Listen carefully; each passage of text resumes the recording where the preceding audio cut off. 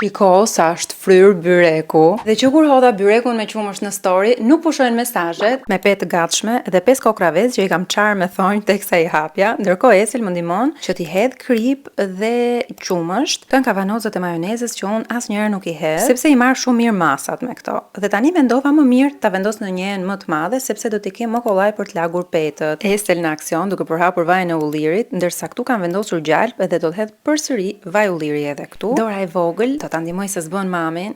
Nëse nuk e marr këtu që të më ndihmoj, e sigurt që nuk do të më lej të bëj asgjë. Tani do t'i lag petët, do t'i thërmoj në këtë formë me masën që kam bërë. Do të vendos një shtres me peta të lagura, do të hedh një shtres me vaj ulliri, pastaj një shtres me peta të lagura dhe një shtres me gjalp në këtë formë, duke i bërë njëra pas tjetrës, shtresa. Kjo është e fundit dhe do ta fus për t'u pjekur. Doli super e mirë dhe të tregoj me sinqert që hera ime e parë që bëja byrek me qumësht, pas pjekjes e ktheva përmbys në një tepsi tjetër dhe i ka në punë. Edhe kur erdha nga puna, nuk ishte më asnjë copë që unë të bëja mbylljen e kësaj videoje. Kjo tregon që doli aq i shishëm sa nuk ngeli asnjë thërrime.